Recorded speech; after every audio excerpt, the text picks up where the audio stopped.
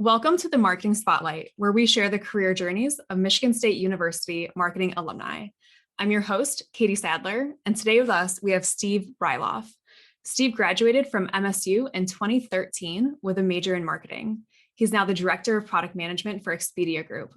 Steve, thank you for joining us and welcome to the Marketing Spotlight. Thank you. I'm excited to be here. We're really excited to talk to you today. Can you start us off just by giving us a quick overview of your career thus far? Yeah, absolutely. So I graduated with a marketing degree in 2013. And prior to graduating, I had an internship with Discover Financial Services. And I was in their marketing internship program. I was doing some international business, I guess, for lack of a better term, as part of that internship, working with vendors to get them goods for their point of sale. And I was fortunate enough to get a full-time offer to return there. And I joined their marketing leadership program, where I had an opportunity to do a number of different rotations in a variety of marketing fields. So I did some sales support, I did some mail marketing, some email marketing, some digital marketing, a variety of just basic marketing touch points. And then my last rotation there was on the digital user experience team. And that was kind of what springboarded me into the next couple of roles that I had. But within that role, it was really about how do we make the user experience as good as it can be for Discover's customers. And so from there, I shifted over to Expedia, where I am currently working today. I've been with Expedia for over 4 years now at this point, and I've had a couple roles there. I've been working on the packages team, where you are looking to book a flight, hotel, car, or any combination of those together. I was a product manager within that capacity, and then I've shifted over to the lodging team. And that's been a really great role for me. I've learned a lot about technology. I've learned a lot about product management. I've learned a lot about user experience. And that has set me up to be in the role I'm in today as a director of product within the lodging group, where I'm spearheading our lodging mobile app experience for the brand Expedia team, as well as our landing pages and SEO experience for Expedia's lodging. So lots of fun stuff and a lot of different areas that I've had the opportunity to touch. And it's been a great ride for me thus far. Yeah, it definitely sounds like it. Can you tell us a little bit about what that transition is between a financial service and then a travel company? Can you tell us what that culture shift was or what that mentality shift required? Definitely different. Financial services, there were a lot more regulations and restrictions that we had to handle as part of our marketing department. And so I think that was one of the biggest changes for me, is in a non-financial, non-hyper regulated environment, you just can do a lot quicker. Expedia is, I don't know, like 15, 20,000 employees. So there's a lot of red tape, but we're still able to move at good pace. That was probably the biggest change for me with respect to switching industries completely.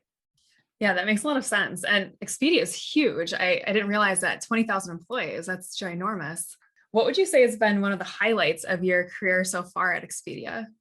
I've had a lot. I've loved my time at Expedia, and I've been fortunate to have a lot of great opportunities. I think one of the highlights I've had has been taking the product management experience I have and starting to teach that to others.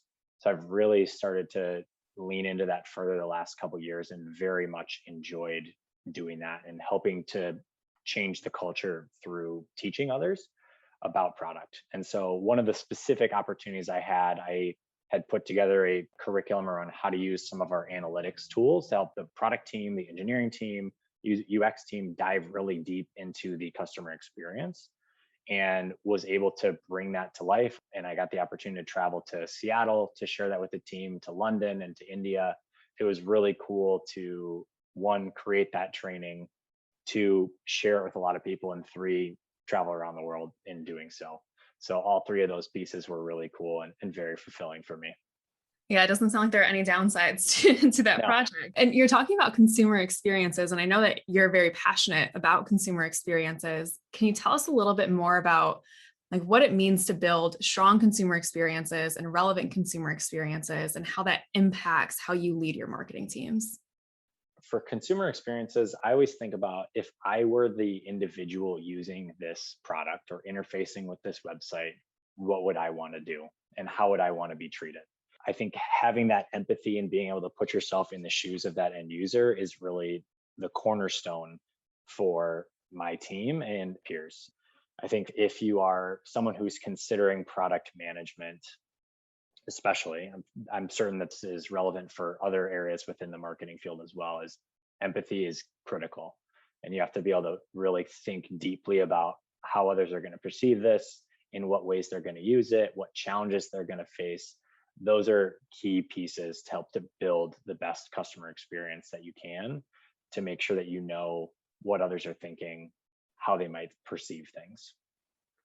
Would you say that there's been a shift in what consumers expect from companies, that there's been increased, just that expectations have increased for what consumers are looking for in 2021? I think they're expecting personalized experiences more and more and more. I mean, I'm sure most people listening to this are using Netflix and Hulu and all that stuff, and you're getting personalized recommendations every single time you come onto that interface. And same thing with every other app that you're using, is you're getting something that's tailored to you. And if you are a company that is not doing personalized experiences, you are behind. As a marketer, as a product manager, you need to be thinking about, how can I tailor this experience to that individual? That is something that customers are expecting today, and I think is only going to increase as time goes on. Yeah, absolutely. We've heard of a lot of MSU grads that we've had on the podcast having experiences in product marketing or in product development. And that seems to be becoming a more normalized stop along the marketing journey in order to better understand the products that you're selling to your end consumers. Would you say that fair? I would think so. For me, it just kind of happened. I didn't have any designs of becoming a product manager, but I started working in what was called marketing and what was called user experience at the time at Discover. And that was product management. And I know that now because I understand the discipline more, and there's tons of books and websites around what product management actually is. And it's a very cool place to be. I really enjoy it because it blends the technology, it blends analytics, it blends user experience, all of those pieces together in a really unique and fun way. Yeah, it seems like it connects the dots for a lot of people of kind of bringing the full business together and understanding how all these different functions are interacting to create the product that you're delivering to the consumer at the end of the day. Yeah, absolutely. I think the way that I've heard it described many times, product manager is the CEO of their product. And so obviously, if you're the CEO, you need to be thinking about, what are the financial implications? What are the people implications? There's a number of those different types of considerations. And so as the product manager for whatever product you're representing, you need to be thinking about all these factors and be good enough at all of these different things. So you're not necessarily going deep on one thing, you're casting a broad net. Yeah, that's really interesting. Apart from product marketing, were there any roles that you've had since you've graduated that you didn't expect yourself to have? The first role that I had in my marketing leadership rotation was around sales support in Discover Card. And the background I had at Michigan State, I worked at the state news selling advertisements to local businesses. And I really enjoyed that. I was good at it. And I thought that was a path that I might want to go down. And then when I was starting to do that more full time, I realized that was not something that I wanted to do.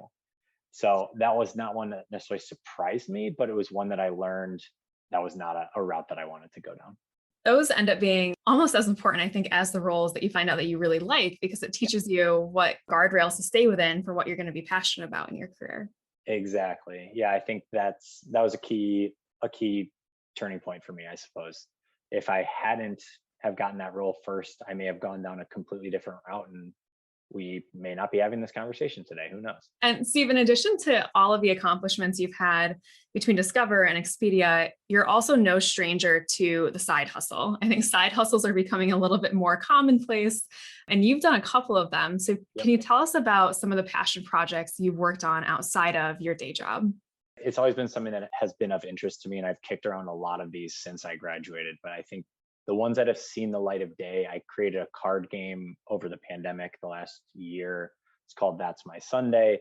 And that was a really cool experience where I got to learn about how to create a physical product. That's not something I've had an opportunity to do. How to import goods from China, how to get design for this product, how to do legal. There are a lot of different pieces that I learned from that hopefully will help me at some point down the road. I'm also into real estate investing, and that's one that's been really great for me from an investment standpoint, but also from a learning standpoint. There's been a couple of others. I had a podcast that I ran and a blog around career development and career education catered towards college students. And that was one that I found I really enjoyed writing. I also learned that I didn't like doing all the work to set up a podcast because it's a lot of work. So I'd much rather be a guest on one than be the person hosting and setting it all up. I love the side hustle. I think one thing I learned in doing that with a full-time job is that it is okay to tell your full-time job that you have a side hustle. I think so long as it is not completely in conflict with your current job. That makes a lot of sense. And I think a lot of people use their side hustles as a way to stay like passionate about other creative outlets potentially that maybe their day job isn't fulfilling. Would you say that was true for you? And like, why is it important for you to have a side hustle? I definitely think that was true for me. And it was also about just exploring different areas that I was interested in. I have no interest in becoming a card game designer full time. I was just like, this seems like a cool thing to do. So why don't I scratch that itch? And so I think why it's important to me have the side hustle is to make sure you've got something that you're really excited about, to expand your learning, and to potentially bring something to the world that wouldn't have been brought to the world otherwise. Yeah, that's fantastic. A lot of people, as I said, are kind of experimenting the side hustle. And I think if anything, the last year taught us as everybody was going through COVID is that it's okay to kind of find other areas that you're passionate about and use multiple outlets to kind of fulfill what you want to do at the end of the day. Work is not the only thing in life. There's a lot of things in your life that can be happening all at the same time. And so you need to make sure you take advantage of all those different outlets and do what's of interest. I completely agree. And Steve, I do want to bring it to attention as well that you are less than 10 years out of graduating from MSU, and you are a director at a Fortune 500 company. You've had a very successful career. Do you have any advice for students who are looking to accelerate their career in marketing, and specifically for students who are really just getting started? There's two things that come to mind for me with this. One is I certainly don't get all of the credit for getting to a director level. And I think a lot of it is circumstance, but some of it is what types of circumstances are you going to put yourself in? And so with that, surround yourself with really great people and people who are going to support you. So I'm very fortunate right now. My manager is one of the most supportive people in my life right now. And I very much appreciate everything that he's done to help push me and make me a better product manager, people leader, everything. All of my peers at Expedia, we have a great culture where they all care about me as an individual and care about my own development. And they're going to tell me when I'm wrong so that way I can learn from that and get better. And they expect the same thing from me. So I think that's the first thing that has helped me out. And I'll say too, I did not necessarily have that throughout the entirety of my career. It took me a few years to find a team that was like a great team where I felt fully supported. Something you'll learn as you go. The second thing for me that's been very helpful is, I would say, ruthless self-reflection and feedback gathering. I am someone who takes time every week to just think about how I've done in all facets of my life over the past 7 days. In my relationship with my wife, how did I do in my relationship with friends, my parents, at work, my actual work performance, how did I do in all those areas? And I literally document and rate myself essentially. And so that helps me stay on top and push myself to be better and better. And at the same time is very actively collecting feedback. I think that is key, especially if you can find some individuals who you trust to say, hey, I need feedback in this specific area that I'm trying to improve. Can you take a look out for that and let me know when I'm doing well or when I'm doing poorly so we can help course correct? Those two pieces have been very, very important for me in continuing to progress throughout my career. I want to touch a little bit on that feedback perspective, because I think for a lot of students, as soon as they come out of college, feedback is very intimidating because I think a lot of people perceive feedback as I did something wrong. Can you talk a little bit about how you got out of that mentality, or maybe you never had that mentality, but how you framed it to be a very positive thing? Doing things wrong is a good thing. I I've recently taken on this mindset of asking myself, what if I am wrong? If you're in a debate with someone or a discussion and you say something, you can ask yourself, what if I'm wrong? That helps you see the other perspective and can help you kind of course correct. If you're not getting feedback and you're not pushing yourself, then you're going to stay where you are today. If you are someone who wants to grow and grow rapidly, you need feedback. It's definitely intimidating, but people giving it to you are giving it to you to help you, not to hurt you. The phrase that I've heard a lot, I'm sure you've heard too, feedback is a gift. And so you have to take it as a gift. You don't have to do something with every piece of feedback you've been given, but you have to listen to it, absorb it, think about what you want to do with it. Yeah, absolutely. And I think to your point about doing it regularly, you get more comfortable with feedback. So you're not maybe going into feedback with your defenses up, but you're really open to receiving it and in the right mentality to take that in. Absolutely. The other thing I'll add on feedback, I found it to be really helpful if you ask for very specific feedback instead of just saying, what feedback do you have for me? That puts the onus on the giver of the feedback to figure out the specific areas. But if you can say, I need feedback on my presentation skills or my written arguments, whatever it may be, that helps others really narrow in and helps give them the opportunity to give you more constructive feedback. Yeah, that's fantastic advice. As you were talking about self-reflection, I think it's so easy for people to get into the state of saying, I'm just too busy to take the time to do that. Can you talk us through how you carve that time out and how you make that a very purposeful part of your week? It's honestly as simple as just scheduling time with yourself. Every Friday morning from I think 9 to 9:30, I do that. That's just part of my routine on Fridays is to do that reflection. And I've been doing that probably for, I don't know, 5 or 6 years now. I think it's an easy one to say, I'll just get to it next week. But if you get into a routine and a habit of doing it weekly, you'll start to recognize some patterns in yourself and areas that you feel like you're doing well at, areas you feel like you're not doing well at. That gives you the ability to then figure out the right lane for you to run in and course correct where you need to. I like that a lot. I'm probably going to add that into my weekly calendar of events. I think that's a really good piece of advice. And Steve, maybe just to round us out, is there anything else that you'd like to tell our listeners? I would say enjoy your time at Michigan State, first and foremost. I have a lot of great memories there. So definitely take advantage of that time. I think the other thing that comes to mind is it is very easy, especially when you're in college, to compare yourself to other people.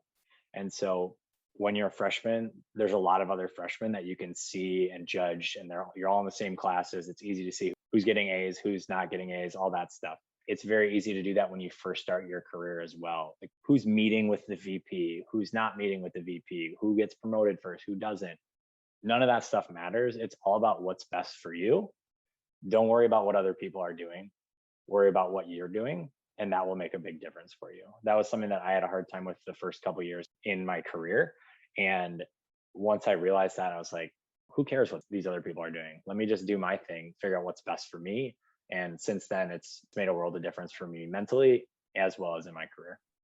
Thank you for sharing that. I'm sure that a lot of students are going to listen to that and it's going to resonate with them, because I do think it's very easy to compare yourself to others. Yes. And to your point, especially as you start in your career, it's really hard to kind of train yourself out of some of those habits that you've always been trained in just a typical school system. Steve, thank you so much for joining us today. And for listeners who are interested in connecting with Steve, you can find him on LinkedIn. Make sure you also check out our other episodes of the Marketing Spotlight to see where MSU marketing grads are now. You can find us on Spotify, Apple Podcasts, Google, or YouTube. We'll see you next time.